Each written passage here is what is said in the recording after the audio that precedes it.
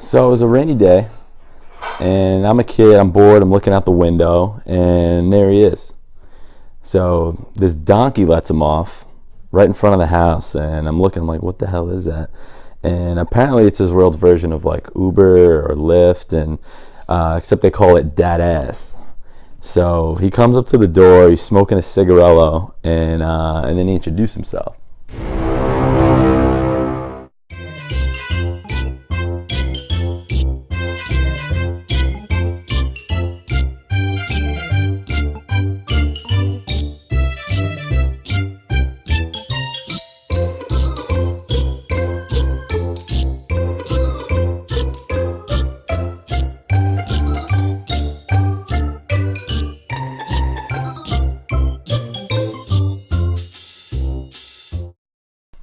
Pig is like 3'9". He had this big sparkly belt. He thought he was Pootie Tang. You know, he's always like smacking me and stuff. And obviously he had the whole wig. It gave him like another 1.5 feet. Basically, it was really big. It was like this Elvis, Jimmy Neutron thing. Like, you know, he used a lot of mousse too to hold it up. It was crazy. And he actually tried to Jerry curl for a brief period, but it was not a good look at all, especially for Pig. And that was another thing, you know, Pig in the Wig never rhymed, like ever. You know, he always tried rhyming with words like bumfuzzle and collywobbles. You know, it just never sounded right. He actually picked up Portuguese somehow.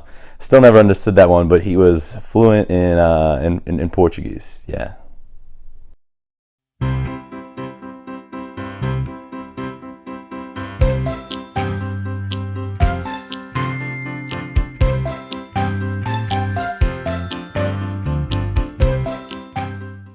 Straight up, Pig in the Wig was an asshole.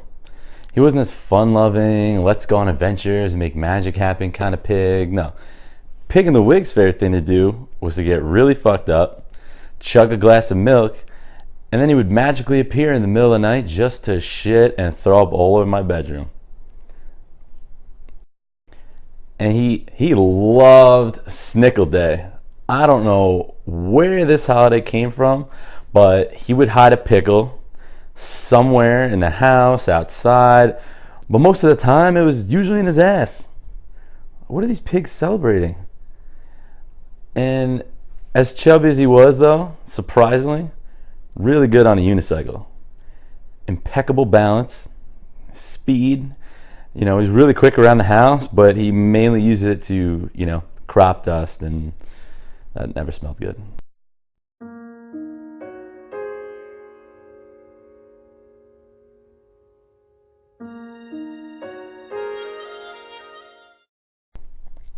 Yeah, he went away for a while.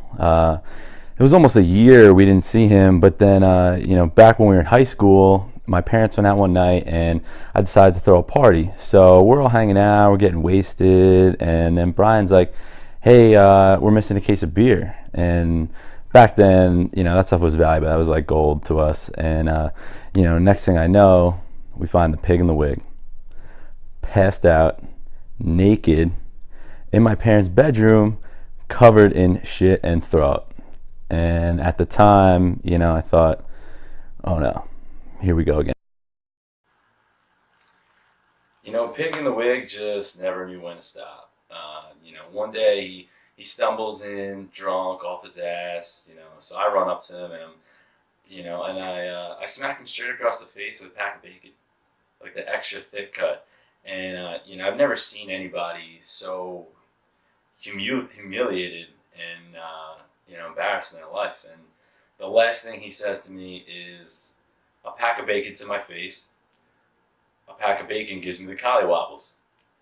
And I'm like, Pig, that doesn't even rhyme. And right there, cuts me off. Just walks away, and that was that.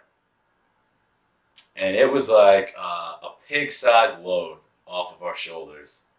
You know, at that point we'd had enough, and you know, we have a dog now. Her name's Coco. She's great. You know, no surprises, no shit everywhere. It's, you know, we know exactly what we're getting with her. It's yeah, it's not as exciting, but you know, it's she's there. It's good. I did get Pig in the Wig's mail one time, and it was a Barnum and Bailey's newsletter. I guess they're still sending mailers out, even though the circus is over. There was a student loan bill, which I didn't even know he went to school. And the most interesting piece was a letter and a picture of walrus in a G-string. That doesn't rhyme, first of all, that name. And no, you definitely don't want to know what that looks like. It's horrifying. But that was my last, anything really with Pig in the Wig. He came into our lives at just like a very weird time. And Pig, if you're watching this, screw you. I hope you're baking.